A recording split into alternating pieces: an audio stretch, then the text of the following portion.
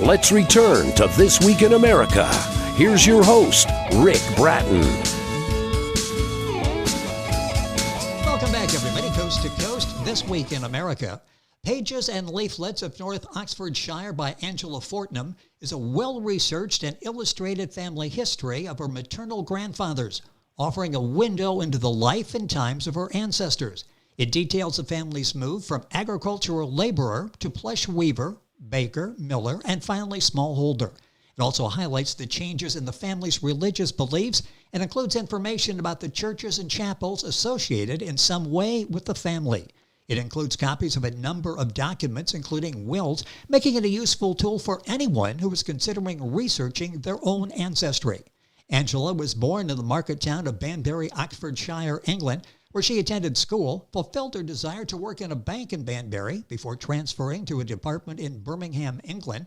Taking early retirement in 1998, she returned to the family home in Banbury. She took a course in health and social care for which she was awarded a certificate by Open University.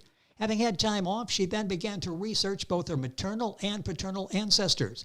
After her mother's death, she decided to share a tribute to her by writing Pages and Leaflets of North Oxfordshire, My Lineage, PRE-1700-1959, A Family and Religious History.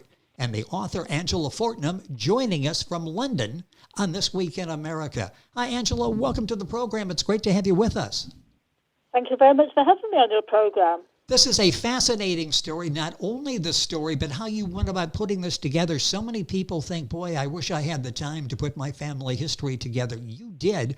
What inspired you to research your family history? There were several reasons why I was curious, but the main one was that I was born, as you said, in Banbury. It's a market town, very quiet, very rural at the time of doing the research. But when I was working in Birmingham, it was a city, and I didn't feel at home. So I decided to find out why I didn't feel at home. Were my roots actually situated in the countryside? So, without further ado, I decided to research my maternal grandfather's family. That's just amazing. Did you have any idea when you got started what this was going to involve? And I'll ask you by when you actually started the research. When did you start the research, and did you have any idea how long this was going to take to put this together? I had absolutely no idea how long it would take. I started in the mid-noughties, about 2005, 2006, as let's pick it up and look at it. And then suddenly I got hooked. And I can see how that can happen is suddenly you're finding out all of these things about your ancestors, probably many that you did not know, and I'm sure that encouraged you to continue. The book is Pages and Leaflets of North Oxfordshire. The author is Angela Fortnum. That's Fortnum. Book available at Amazon, all of the usual places. Angela's website is angelafortnum.com, and we'll give you all that information as we go throughout the program. Once you decide to do this, as I say, this is so intimidating for so many people. We would like to do that, but then when you start thinking through the process, it's like, this is going to take a while. How did you get started? What was it you did first step to get this project going? I collected all the information in one place that I knew existed. I knew my parents, of course. I knew my grandfather and his wife. And I had an idea about my great-grandfather from my mother. I collected together all the certificates, birth, marriage, death certificates that I'd got to hand, set them out in the order, look, this is grandfather, this is great-grandfather, etc., etc. And then, of course, there were huge gaps. Oh, yes. So it was a case of a trip to the local public library where, fortunately for me, they keep copies of the parish records. That is so nice to have that access available. Here in the United States, our program for years was based in Fort Wayne, Indiana, and at the library there, a wonderful, maybe one of the top several genealogical centers in the U.S. to get that information. When you started, where did the initial information come from? Let's sort of walk through the process. Again, for so many people, I want to do it. Where do I begin? Where did you start? Where did you get your initial information? My mother was the source of my original information. She obviously married my father, and she knew her parents, and she knew a little about her grandparents, my great-grandparents. So that was an excellent start. So I got some names to hand, took the information to the public library. They all lived in South Newington or surrounding villages. That's in North Oxfordshire. So it's a case of getting the parish registers for the appropriate parish and going through them and seeing if I can find the names. How long did it? Yeah, go ahead. Finish that thought because that's so important to the storytelling. It was quite easy to find them. They didn't move very far. And over the centuries, the only person that moved was my great-grandfather, who went to live with his son in the nearby village, and my grandfather, who was baptised in a different village. But apart from that, they all lived in South Newington. How did you go about documenting your findings? You get some information from relatives. You're going to sort of find out exactly if that's accurate information. Memory sometimes fails us. How do you go about documenting the findings? Well, initially, I didn't have a computer. I was a pen and ink person. So I wrote it all down. I did a manual family tree, but then it got complex and very complicated. So I thought then it was time to purchase a computer, buy a family tree package, and put all the information on there. With us on the program, coming to us from London, Angela Fortnum. That's Fortnum. The book is Pages and Leaflets of North Oxfordshire, My Lineage, Pre-1700 through 1959, a family of and religious history. Talking about what went into putting this together, a tribute to her mother. You mentioned this before, and I think this is crucial. Who in your family provided you with information? Because maybe sometimes as we're going through this process, we would overlook people that would be a source of valuable information and save us a lot of research time. Who did you talk to in the family that gave you information? Well, unfortunately, because I left it so late before research for the family, there was only my mother that could actually provide information back far enough. All her sisters had died, and her brother was no longer interested in it. He was a bit elderly, and it was just too much of a bother for him. When you got a lot of this information, I'm sure you were curious and maybe visited some places to get more information. Did you visit any places in this process, and where did you visit if you did? Yes, I have visited many of the church buildings and walked around the graveyards of the churches to see if I could actually find any gravestones. That would be a fascinating search to go through that. Again, people think this is like a long, slow, laborious process. I have a feeling, though, when this starts to unravel and your family comes alive in your mind as you're going through it and preparing the research information and writing it, it's a fascinating time. Was that the case? I'm almost thinking it'd be tough to stop at the end of the day when you're putting things together. Yes, well, as I said at the outset, you're going to do it for a few minutes today and then pick it up and do a few minutes tomorrow, but then you really, really get hooked, and that takes up more of your time than anything else. What findings surprised you? Were there things that you knew, things that you heard about, not sure, and things that totally you had no idea happened? What surprised you as you were putting the family history together? Well, there were several things that surprised me. One was the changing of the religious beliefs over the centuries, from Quaker to Church of England to Primitive Methodists to Wesleyan Methodism, and then back to the Church of England. It was probably something that happened in other countries as well, but I didn't realise that it happened here in England. That is interesting, that transformation, and something you document very well in the book, Pages and Leaflets of North Oxfordshire, by our guest Angela Fortnum, coming to us from the United Kingdom. When you're putting all of this information together, let me ask you it this way. Did this start off as you're thinking, I'm going to write a book, or I'm just going to put this information together so I have it, share it with family members, and it's a tribute to my mother? At what point did you decide, I'm going to turn this into a book and get it published? Well, it sort of grew on me, I guess. I got all this information. I'm an only child. So I thought, what's going to happen to this information when I die? So I thought, no, it's taken me a lot of time, a lot of research, a lot of sorting. I'm going to share it. And in sharing it, I'm going to remember my mother, who helped me with some of the research, and hopefully keep the family alive for many years to come. Talk about the process of documenting this information in book form. A little bit different than just having notes for you to go back to it and refer and to talk about, discuss with other relatives. Putting it in book form, how challenging was that?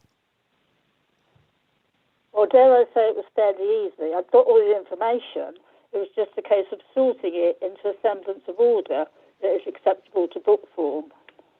We talked about when this process started. From the time the process started to you ended up with the book, you were ready to go to publisher. How long a period was this? Well, I actually contacted the publisher in 2017-18, so it took 12, 13 years. What was this whole process like for you as you were going through these years when you're putting it together? What was it like for you? What impact did it have on you?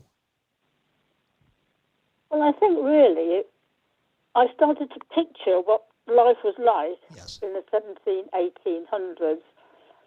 I've obviously seen films, things like that, and documentaries, but it really brought my family to life. And they come alive in the book as you're describing these people, Pages and Leaflets of North Oxfordshire by our guest Angela Fortnum on the program today.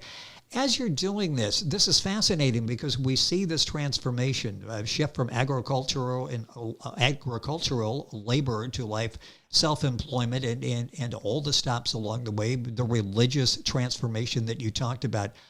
Talk about that and how fascinating that was for you to. It's not just the information that these things happen, but you sort of have a background as to why they happen. How important was that in putting the pieces together in your family? I think the religious beliefs were important because that was an extra dimension to the family, which other people that want to research their own ancestry can find perhaps something else that puts another dimension to the family. I found religion. They might find education or something in a similar vein. It's interesting you mentioned other people. I sense in talking with you the passion, the enthusiasm you had to find this out. And sort of one discovery led to another, and suddenly the family is coming alive in your mind, and certainly in the pages of your book, Pages and Leaflets of North Oxfordshire.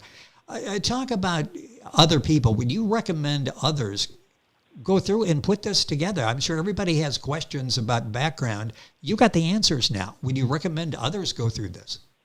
I do indeed, especially anybody that's got family in this country who emigrated to America or Canada.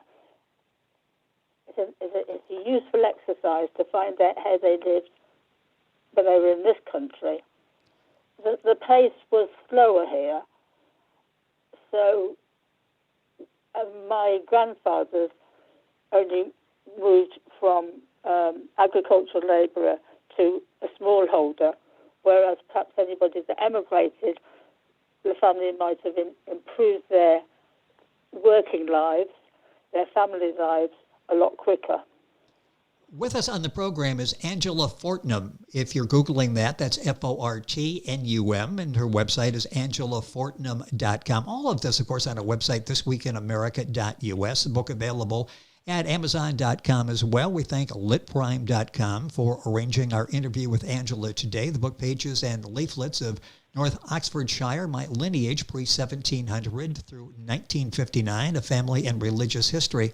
A couple minutes left in the program. What's this been like in sharing this with other family members? What impact did this have on them? You did the research, you're telling the story, and now, again, it's filling in the blanks in their lives as to what their ancestors went through. Yes, I didn't really discuss it in great detail with them, but I gave them each a copy of the book, which I think surprised them what information was available. You know, and that's so interesting, information available. Were there any points as you were writing this that you hit a roadblock, that you really wanted to follow a trail, but there wasn't a trail there to follow? Were there times when it was challenging to tell the story, or is it most of the information available now if you know where to look and how to assemble it? I'm afraid there was a brick wall, as we call it over here, and I've still got it, although I'm chipping away at the bricks, and I think they're beginning to fall. James Page, my 7 times great-grandfather, I found his parents through the death of his younger brother, but